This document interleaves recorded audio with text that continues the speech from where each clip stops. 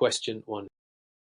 In the context of troubleshooting VPNs in a cluster environment, what should Mr. Davison examine first when he notices that intermittent tunnel drops occur only when a failover happens in a cluster environment? A. The NAT rules configured on both peers.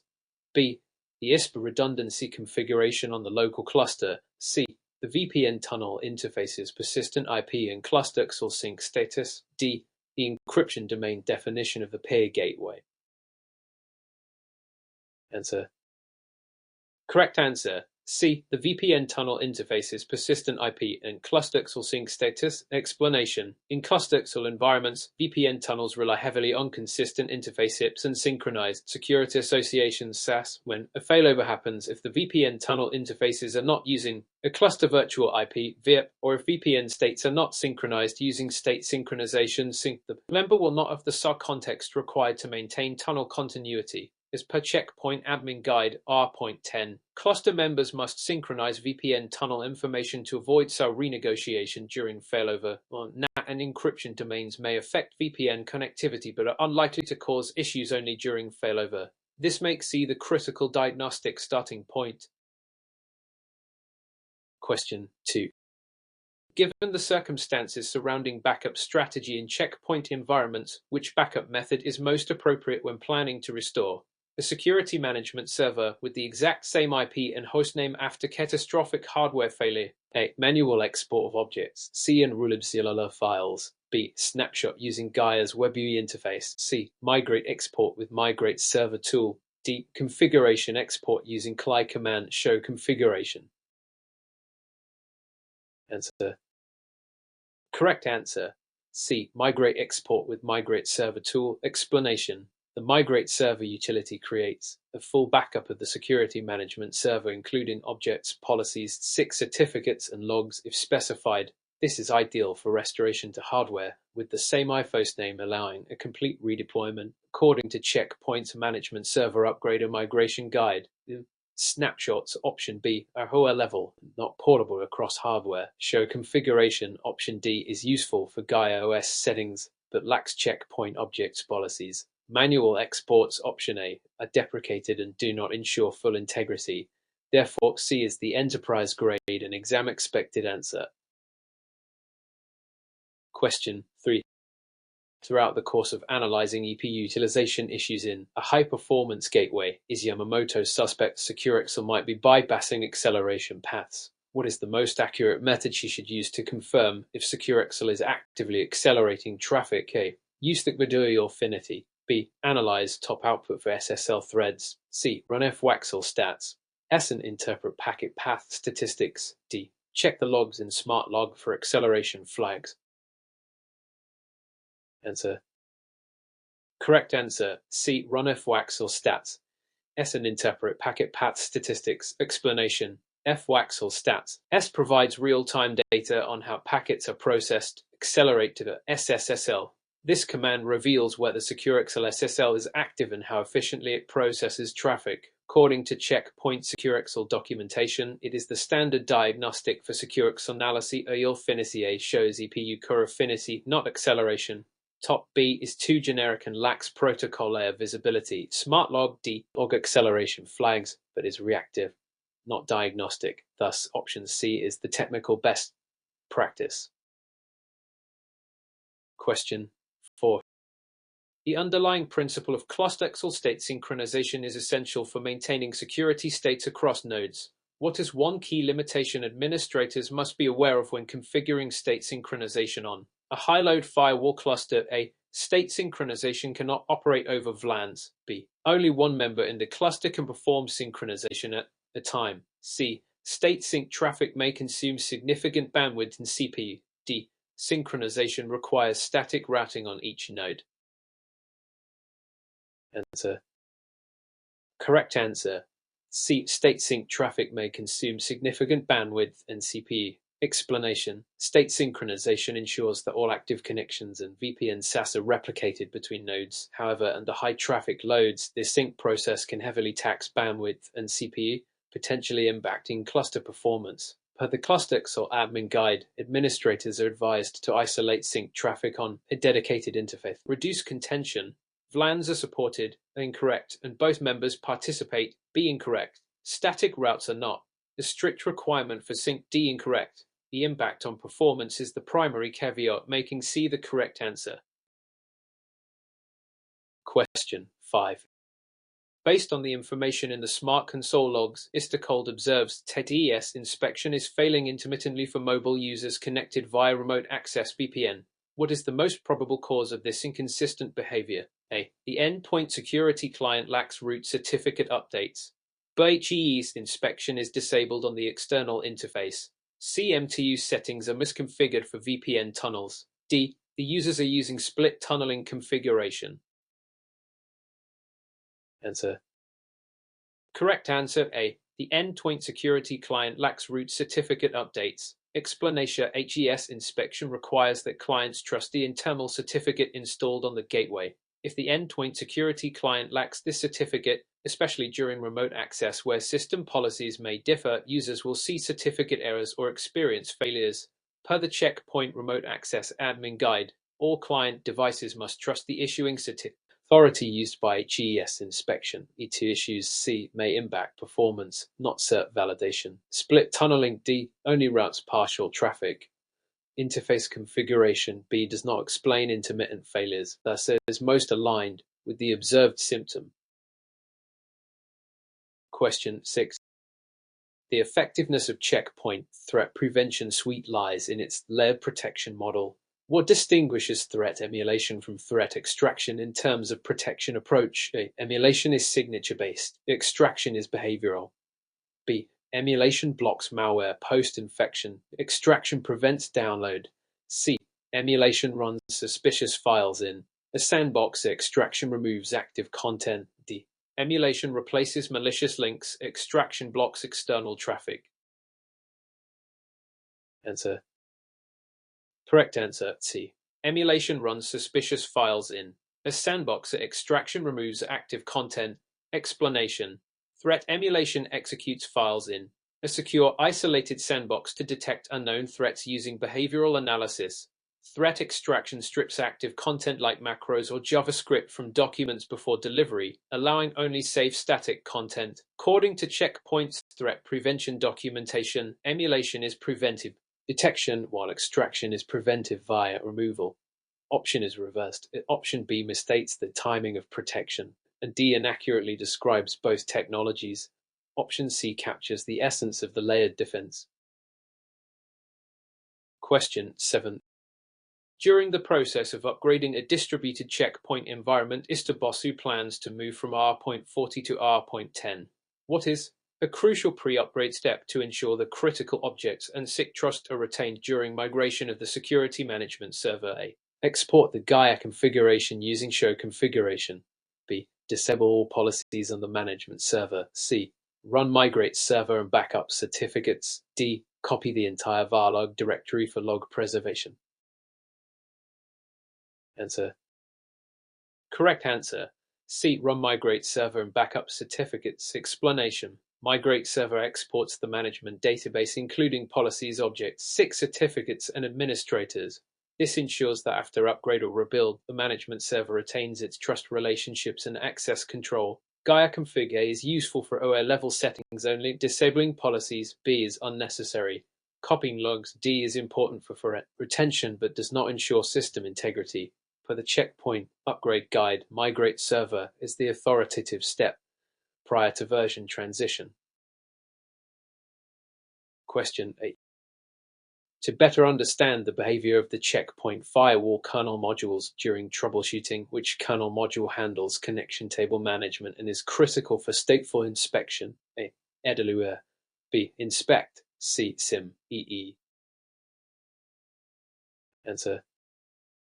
Correct answer B. Inspect. Explanation: the inspect module in Checkpoint's architecture manages the stateful inspection engine, maintaining connection tables, TCP, NAT, etc., and enforcing policy rules at the kernel level. It is invoked during packet traversal. EDLUR is not a valid kernel module name. SIM-C is used by SecureXL but does not maintain connection state. CPD D is a daemon managing SIC communications, not inspection. Thus, B is accurate per the Checkpoint Firewall Architecture Guide. Question 9. Examining the consequences of enabling policy automation via checkpoint APIs. What is a significant operational benefit of using the MDMT CLI tool in a large enterprise environment? A. It allows real-time VPN monitoring with live status changes. B. It automates IP signature creation and integration. C. It enables granular, scriptable access to rule-based and object configuration. D. It functions as a passive backup utility for policy snapshots. Answer. Correct answer. C. It enables granular, scriptable access to rule-based and object configuration. Explanation. The MDMT CLI tool provides access to the management API, allowing script-based interactions with objects, policies, and configurations. According to Checkpoint's API reference guide, it supports automation for SICT pipelines, compliance enforcement, and bulk changes. IP signature creation. B is outside its scope. VPN monitoring. A is not real-time via this tool. Policy snapshots. D are not the tool's purpose. Therefore, C aligns with enterprise automation best practices. Question 10. Scholars have debated whether CoreXL benefits all environments equally. Under what condition might disabling CoreXL be considered in a security gateway configuration? A. When multiple concurrent VPN tunnels are configured. B. When SecureXL is also disabled for legacy compliance. C. When troubleshooting single-core dependent applications. D. When the firewall is operating in bridge mode only. Answer. Correct answer. C. When troubleshooting single-core dependent applications. Explanation. CoreXL enables multi-core utilization for increased throughput. However, some legacy or niche applications may function unpredictably if distributed across multiple cores. In such cases, administrators might disable CoreXL temporarily during troubleshooting. As per CoreXL admin guide, disabling CoreXL may help isolate kernel-level issues in conditions. With SecureXL, status B is unrelated. VPNs benefit from CoreXL. Bridge mode. D still leverages CoreXL for packet flow, thus C is contextually valid. Question 11. When considering SecureXL's behavior during troubleshooting session, Ortega wants to determine whether specific rule is causing packets to fall back to the slow path. What should she analyze to confirm whether the connection bypassed acceleration? A. Review SmartView Monitor for firewall rule statistics. B. OELE plus drop and trace packet handling. C. OEL50 to confirm CPU core usage. D. Examine the output of FWAXL cons to check for accelerated connections. Answer. Correct answer. D. Examine the output of FWAXL cons to check for accelerated connections. Explanation. The FWAXL cons command displays live connection table entries and shows whether a specific connection is accelerated or not. If the connection is not listed or flagged as FF slow path, this indicates that SecureXL did not accelerate it, possibly due to rule configuration, inspection, or NAT operation or B is verbose, better for debugging drops, not acceleration path. OEL50 C relates TPU edge, not acceleration logic. SmartView Monitor is useful for trends but doesn't show per connection acceleration details. Therefore, D is the best diagnostic method. Question 12. In light of recent developments, Checkpoint recommends using database revision control for change tracking. What is a primary limitation of relying solely on database revision control in dynamic environments? A. It cannot save NAT rules. B. It consumes high EPU during revisions. C. It doesn't capture external system changes such as ATL-DEP mappings. D. It automatically applies revisions to all gateways. Answer. Correct answer. C. It doesn't capture external system changes such as ATL-DEP mappings. Explanation. Database revision control (EC) captures configuration changes made within Smart Console, policies, objects, and rule bases, but it does not track external dependencies such as LDAP group definitions, SIC trust relationships, or OL level changes. As per Checkpoint admin documentation, EOC is useful for restoring databases but has limited scope. NAT rules are captured. High EPU B is not known issue. Option D is false. Revisions are snapshots, not live applications. Thus, C reflects key operational gain in E. Question 13. Under the assumption that a distributed enterprise is using identity awareness with captive portal ISTA-LIM wants to ensure seamless user identification without relying on manual login prompts. What solution should he implement? A. Enforce strict captive portal redirection. B. Integrate with Radius authentication. C. Deploy Identity Collector to collect ad logins passively. D. Enable Kerbero's authentication for all internal assets. Answer. Correct answer. C. Deploy Identity Collector to collect ad logins passively. Explanation. Identity Collector enables seamless, agentless user identity acquisition by passively monitoring Windows security logs from domain controllers. It eliminates the need for users to log in through captive portal, enhancing user experience and enabling automated access control.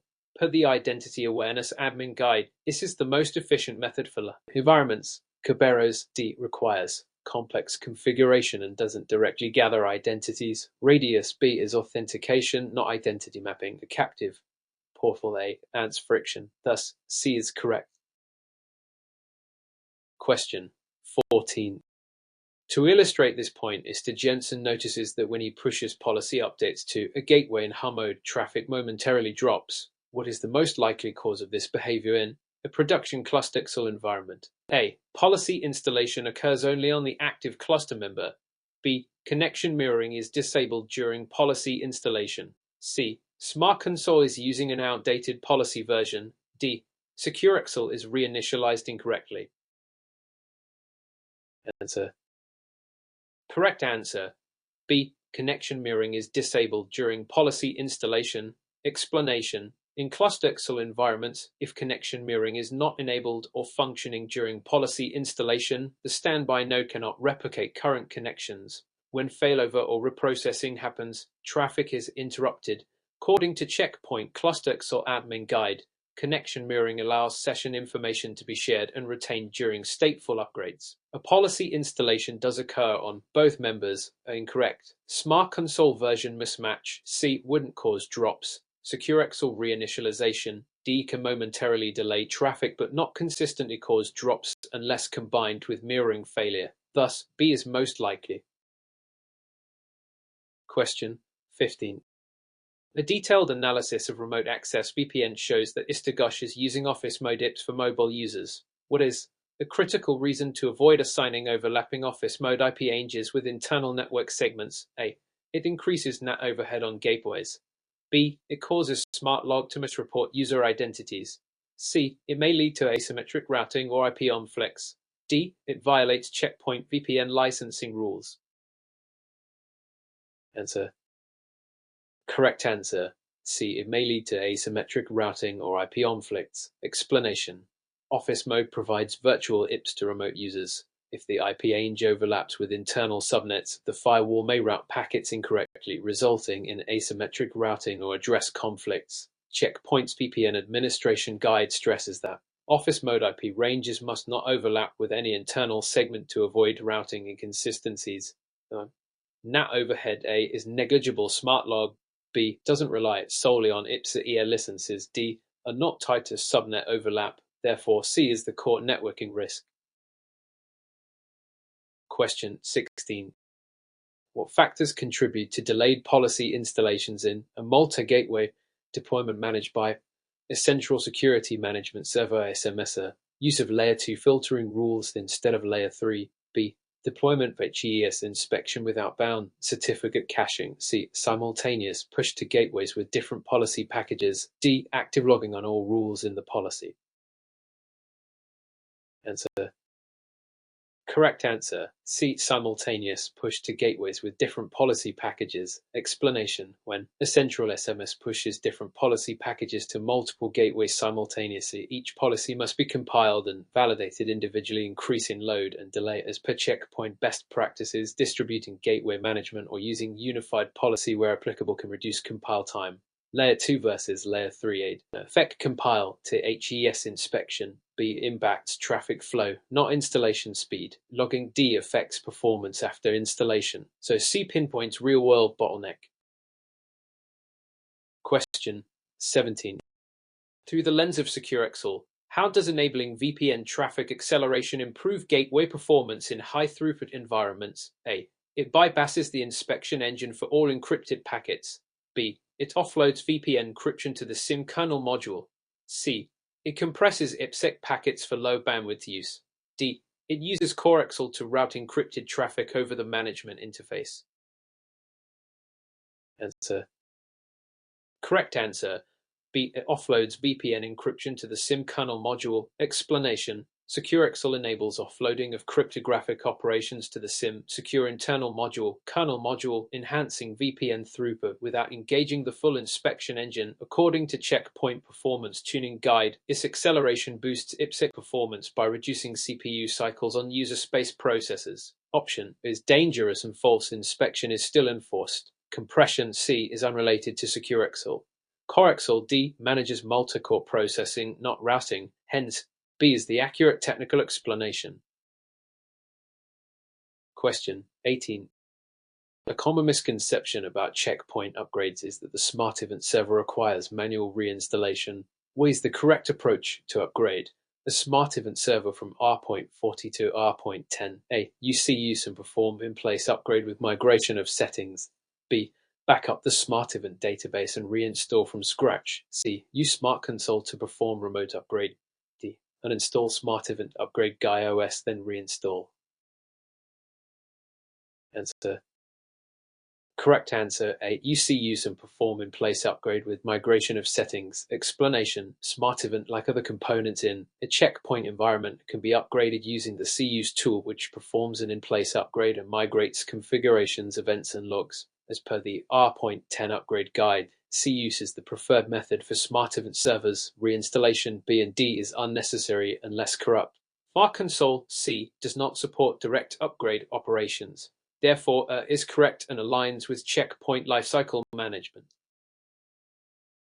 Question 19. The central argument for proactive troubleshooting of firewall behavior is visibility, which command provides real-time output of rule matching behavior and packet drops at the kernel level. A. EWNet, bug plus drop, CTE dump, and an INI port 443 EPU. Answer. Correct answer. OELIUG plus drop. Explanation. OELIUG plus drop provides real-time kernel-level debugging of packet drops, including reason codes, rule numbers, and interfaces. This command is critical when firewall traffic is unexpectedly dropped. Per the troubleshooting admin guide, it is a go-to for detailed inspection. FWNet A is packet capture like more suited for flow tracing. TC dump. C lacks far logic. CPView. D gives system metrics, not packet details, so B is most aligned for drop analysis. Question 20. Upon closer examination of ENOR not establishing between two gateways is Collins finds that Phase 2 negotiation keeps failing. What common root cause is most likely responsible for repeated Phase 2 failures? A. Peer certificate is expired. B. NAT is not enabled on both peers. C. Encryption domain mismatch between peers. D. Dead peer detection is disabled. Answer. Correct answer. C. Encryption domain mismatch between peers. Explanation. If Phase 2 fails repeatedly, it usually indicates a mismatch in encryption domains. The defined local and remote networks. According to VPN debugging best practices, the two peers must agree exactly on what traffic is allowed over the tunnel. Otherwise, negotiation fails. Certificate expiry A causes Phase 1 issues. NAT B may affect tunneling over NAT, but not Phase 2 alone. DPD D relates to tunnel termination and keeper lives. Thus, C is the correct root cause diagnosis. Question 21. When faced with repeated connection resets during VPN tunnel establishment, Mr. Ortega suspects an MTU-related issue. What is the best practice to resolve MTU problems affecting IPS VPNs on Checkpoint gateways? A. Disable path MTU discovery on both gateways. B. Set the MTU on the external interface to 1400 bytes. C. Enable VPN fragmentation on both gateways. D. Increase the TCP window size in VPN advanced settings. Answer. Correct answer. C. Enable VPN fragmentation on both gateways. Explanation. IPsec packets can exceed the MTU of the physical network, causing fragmentation or drops. enabling VPN fragmentation. Fragmentation of IPsec packets before encryption prevents excessive packet size and reduces tunnel instability. Checkpoint's VPN admin guide recommends enabling this to address MTU issues, especially over networks with smaller MTU. Disabling EATUA can cause routing inefficiencies. Setting MTU manually B may not be feasible network-wide. TCP window size D affects flow control, not fragmentation. Hence, C is best practice. Question 22. Based on the information collected from CPView, it observes that the cluster member's core CPU is saturated while the firewall throughput remains low. What is likely cause of this discrepancy? A. CoreXL is disabled, causing single-core saturation. B. SecureXL is misconfigured to bypass acceleration. C. Connection tracking table is exhausted. D. Firewall policy contains too many rules. Answer.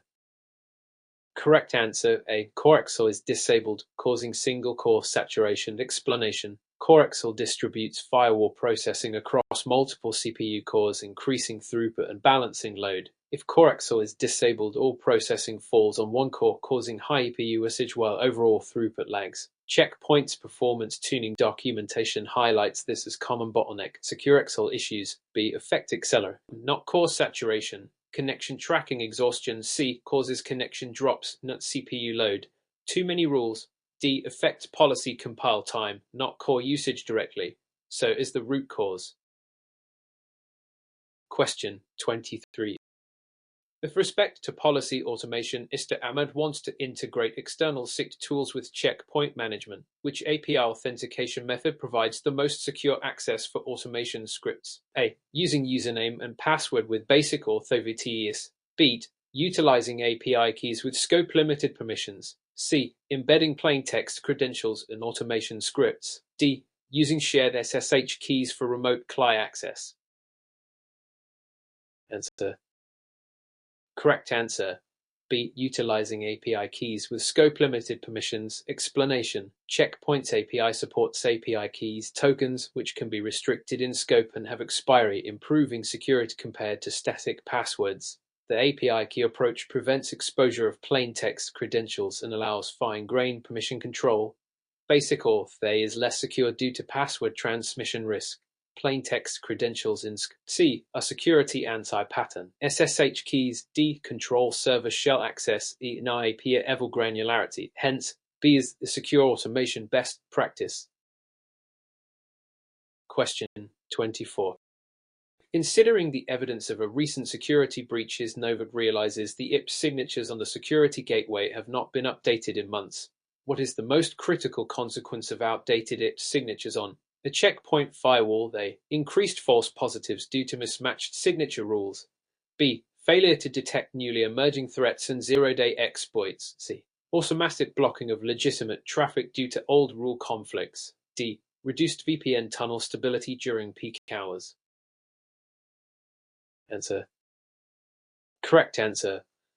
B. Failure to detect newly emerging threats and zero-day exploits. Explanation. Intrusion prevention system IPS signatures are vital to detect known attack patterns. If signatures are outdated, new threats, especially zero-day or recently discovered vulnerabilities, will not be detected or blocked, exposing the network to compromise. Checkpoint security management guides emphasize timely signature updates as cornerstone of prevention. Old signatures do not inherently increase false positives. A. Or block legitimate traffic. C. VPN stability. D. Is unrelated.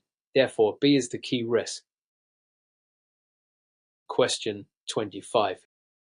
From a practical standpoint, which checkpoint kernel table command should Mr. Patel use to inspect and manipulate the NAT translation entries for troubleshooting connection failures? A. OYOLAT. A. LBFW. T connections at OYA in D. EPTAT NAT. Answer. Correct answer. OYA. Explanation. The Kvadoyula. List all NAT translation entries in the kernel, providing insight into current NAT mappings which are essential for troubleshooting connectivity issues caused by NAT. According to Checkpoint kernel tables documentation, this command is the authoritative tool for NAT kernel table inspection. FW. T connections. B. Relates to active connection states, not NAT specifically. In C. Fetches interface init. cpstat-nat-d is not a valid command, so is correct. Question 26. Taking into account ClustXL's architecture, what happens if the cluster heartbeat interface goes down but synchronization interfaces remain operational? A. The cluster automatically fails over to the standby member. B. Cluster members continue to synchronize states but may lose failover detection. C. All cluster members reboot to reestablish heartbeat communication. D. The cluster becomes read-only and disallows policy changes. Answer. Correct answer. B. Cluster members continue to synchronize states but may lose failover detection. Explanation. In ClustXL, the heartbeat interface is primarily responsible for detecting member health and failover triggers, while the sync interfaces handle state synchronization. If heartbeat is down but sync is up, state sync can continue but failover detection may be impaired, risking delayed failover or split brain scenarios. Check documentation clarifies this risk, urging heartbeat redundancy. Automatic failover A requires heartbeat detection. Reboot C and policy locks D do not happen automatically, so B accurately reflects behavior. Question 27. The most significant aspect of Checkpoint's identity awareness is its ability to dynamically control access based on user identity. Which identity sources are natively supported by Checkpoint Identity Awareness for user mapping? A. LDAP, Radius, and SAML. B. Windows Security Logs, Radius, and Active Directory. C. Kerberos tickets, auth tokens, and LDAP. D. TACACS Plus, Radius, and OIG. Answer. Correct answer. B. Windows Security Logs, Radius, and Active Directory. Explanation. Checkpoint Identity Awareness natively integrates with Windows Security Event Logs, Radius servers, and Active Directory for mapping IPs to users. This allows dynamic user-based access policies according to the Identity Awareness Administrator Guide. These are core sources: SAML, A. OAuth, C. TACACS Plus, and OIG. D are not natively supported identity sources for user mapping by Checkpoint, though they may be integrated through external means. Therefore, B is the accurate list. Question 20. When evaluating the merits of traffic acceleration techniques, which coaxial configuration should be used to optimize performance while minimizing the risk of packet reordering? A. Assign all traffic to a single core. B. Use flow-based coaxial with balanced CPU finity. C. Disable SecureXL for all encrypted traffic. D. Enable load-sharing coaxial with no affinity settings. Answer. Correct answer. B. Use flow-based coaxial with balanced CPU finity. Explanation. Flow-based coaxial assigns each traffic flow to a single core, preserving packet order and avoiding reordering issues common in packet-based processing. Balanced CPU finity ensures optimal core utilization without bottlenecks. This is detailed in Checkpoint coaxial performance tuning guides. Assigning all traffic to one core A reduces performance. Disabling SecureXL. C. Lowers acceleration benefits. Load sharing without affinity. D. Risks packet reordering. So B is best practice. Question 29. For the purpose of database management, what is the impact of enabling management high availability on the way policy installation requests are handled? A. Policy installation is queued and synchronized between active and standby managers. B. Policy installation occurs independently on both managers. C. Only the standby manager pushes policies to gateways. D. Policy installation requires manual synchronization after push. Answer. Correct answer. A. Policy installation is queued and synchronized between active and standby managers. Explanation. Management HO ensures that all administrative changes, including policy installs, are synchronized between active and standby servers to maintain consistent state and availability. The active manager handles policy installation requests, which are queued and mirrored to standby per Checkpoint Management HO best practices. Independent installations. B can cause inconsistencies. Standby pushing policies. C is incorrect. Manual sync. D is not required, hence is correct. Question 30. Considering the underlying principle of smart event correlation, what is a key factor that allows smart event to effectively reduce alert noise and prioritize threats? A. Pass-in logs only from the security management server. B. Aggregating related events based on shared attributes and timeline. C. Filtering alerts by dropping all information or logs. D. automatically blocking all sources of detected events. Answer. Correct answer B. Aggregating related events based on shared attributes and timeline. Explanation. Smart Event reduces alert fatigue by correlating events using common factors such as source IP, destination, time frames, and event types, creating comprehensive incident views. According to Smart Event architecture, this correlation helps prioritize real threats over noise. Passing only SMS logs A limits visibility. Dropping information or logs might lose context. Auto-blocking all sources D is unsafe and not a function of Smart Event. Therefore, B explains the correlation principle.